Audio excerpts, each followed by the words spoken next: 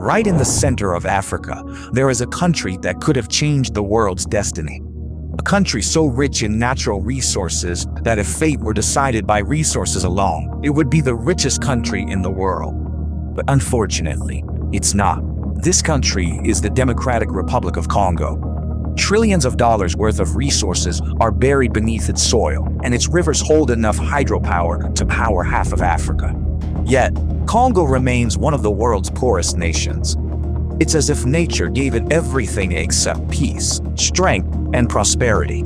So how did a country with so many resources fall victim to poverty and war? It's a very horrific story. A story written with greed and blood. This is a story of looted resources, altered history, and promises that were never kept.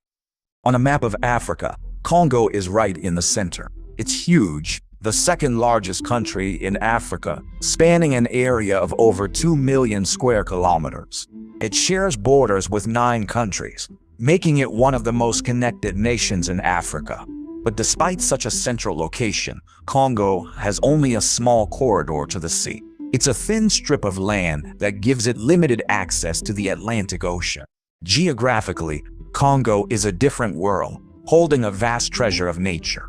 The Congo River Basin is such a large rainforest that it produces approximately 10% of the world's oxygen. The Congo is the world's deepest river, holding enough water to generate electricity to power half of Africa. Then there are minerals here. There's cobalt, which is mostly used in electric car batteries, and Congo controls 70 to 75% of the world's cobalt supply. Here's copper, used for wires, motors, and electronics. Congo is a top 3 global producer, extracting 2 to 2.5 million tons of it annually. Gold is a major export for Congo. It produces dozens of tons annually, much of which comes from small mines. Congo is a giant in diamond production, a top world producer that extracts millions of carats of diamonds annually. Its soil is so fertile that the world depends on it, especially now that we are entering the era of renewable energy. For any other country, so many resources and such geography would be a blessing, but for Congo, it all became a curse. Their resources attracted colonizers and corporations, but not prosperity. They all fought to control the land's hidden treasures. Instead of building cities, schools, and industries, outsiders only built railways and ports to ship resources out. And so began the tragic story that turned the world's most resource-rich country into the world's poorest nation. To understand our story, we must go back. When European powers met in late 1800s Berlin to divide Africa, one man decided to build his own empire. Unlike other colonizing nations, King Leopold II of Belgium declared the Congo his own private property. He named it the Congo Free State. Leopold turned this gifted land into a massive labor camp. His soldiers forced millions of Congolese men, women, and even children to collect rubber and ivory from the forests. Those who resisted even slightly faced unimaginable cruelty. Villages were burned, families were scattered, and as punishment for not meeting quotas, people's bodies were mutilated. Historians estimate that during this brutal period, perhaps 5 to 10 million Congolese were killed. This time was one of Africa's darkest colonial chapters. Congo's wealth in rubber, ivory, and minerals fueled Europe's industrial boom. Its rubber brightened the very streets of Brussels and London. European princes rode in cars with tires made from Congolese latex. Europe was getting richer, but on the other hand, Congo was being deprived of its people, its dignity, and its future.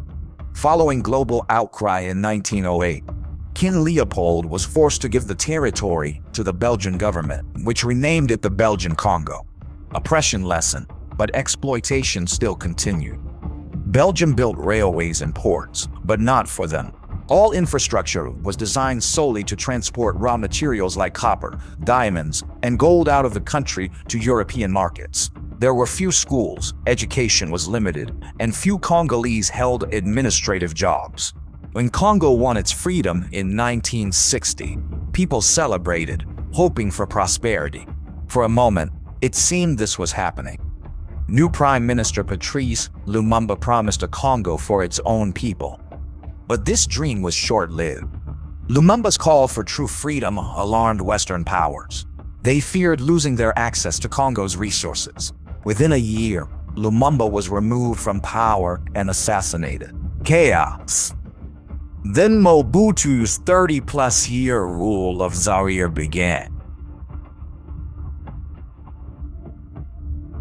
Mobutu presented himself as a symbol of African unity, but his rule was built on corruption and Western support. Mobutu siphoned billions from Congo's mines into his foreign bank accounts, all while the average Congolese person was left struggling just to get 2 meals a day.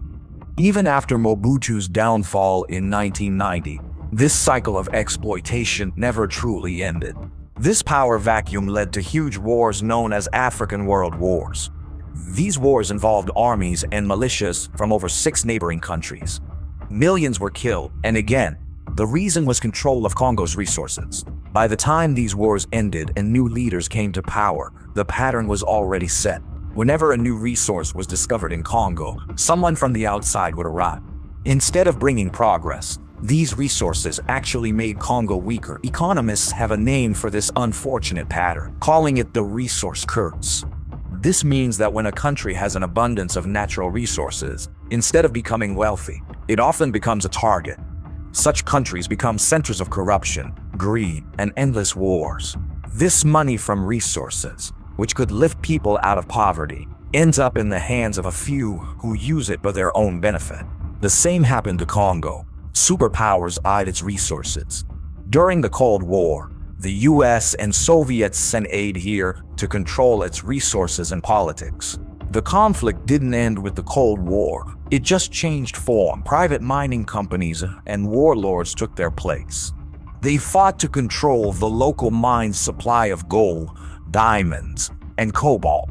With rising demand for electronics and EVs, Congo was back in the spotlight. Armies seized the mines, smuggling became a part of daily business, and corruption reached its peak.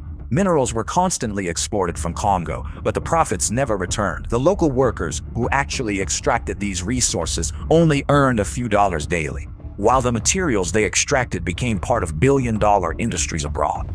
Foreign companies now control most of Congo's mines, sourcing cobalt for iPhones, Teslas, and laptops. But the people mining this cobalt still lack electricity, clean water, and schools. The rest of the world is progressing, and Congo pays the price for that progress. Cobalt and copper demand is soaring due to the global shift to renewables and EVs. Congo's critical metals.